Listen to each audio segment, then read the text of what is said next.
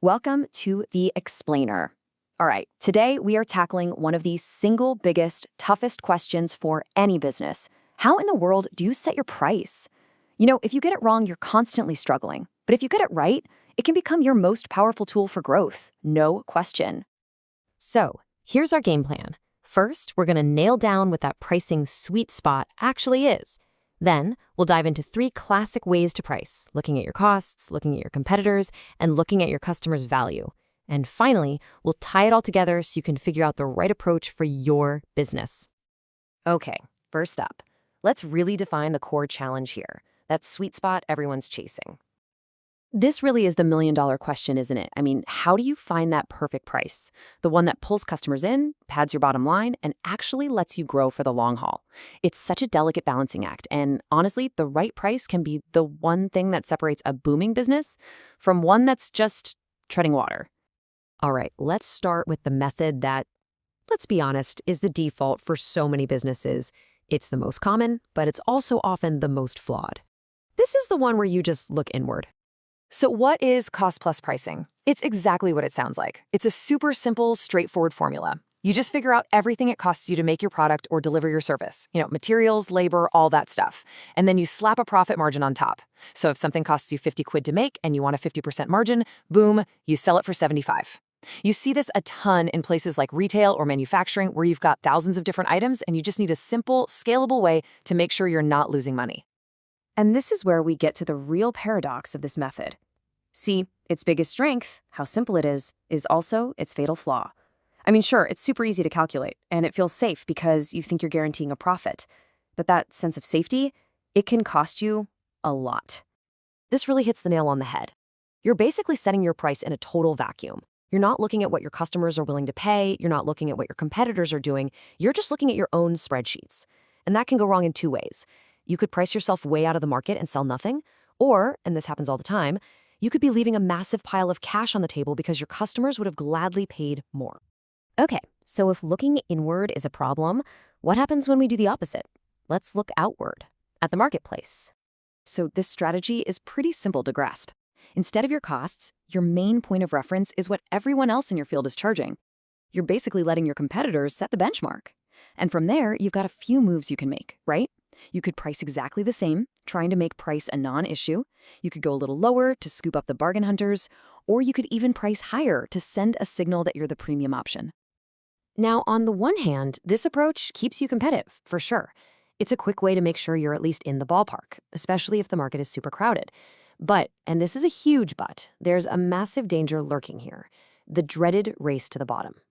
If everyone is just focused on price, it can easily spiral into a price war, where the only real loser is, well, everyone.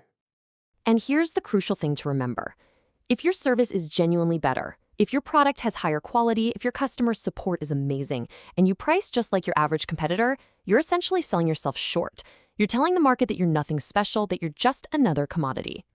Okay, this brings us to our third and honestly most powerful strategy. This is where we shift the focus entirely. It's not about you and your costs anymore. It's not about your competitors. It is all about your customer. Value-based pricing flips the whole script. Instead of starting with the question, what did this cost me to make? You ask a totally different and way more powerful question. What is this solution worth to my customer?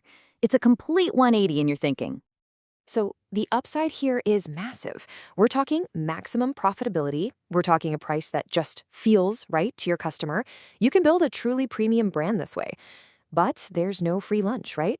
This method absolutely demands that you do your homework. You can't guess. You have to get out there and really, truly understand your customer's world inside and out. Okay, to make this idea really concrete, let's use a little analogy. Let's talk about the value pie.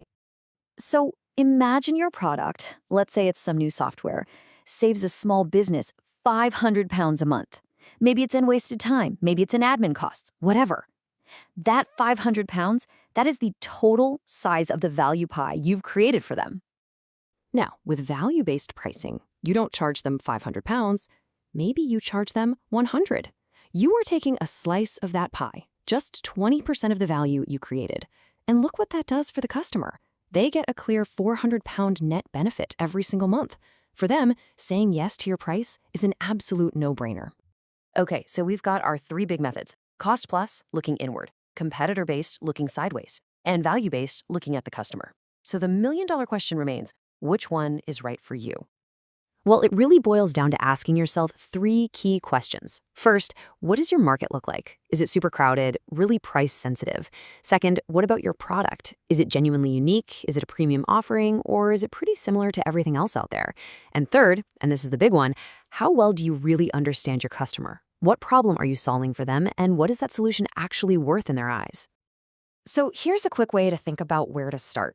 If you're playing in a really competitive, price-driven market, yeah, you probably have to start by looking at your competitors. But the key is to find ways to stand out so you don't get dragged into a price war. If you have something truly unique or premium, you should absolutely be leading with value-based pricing. And notice the last one, cost plus. It's really best used as an internal check, a floor to make sure you're profitable. It should not be driving your strategy. So let's wrap this up. If there's one thing you take away from this, it's that pricing isn't a set it and forget it kind of deal. It's a dynamic, living part of your strategy. Really, the best approach is a hybrid. Use your costs to set your absolute floor. You can't go below this. Use your competitors as a reference point to know where you are on the map. But you should always, always let the value you create for your customer determine your ceiling.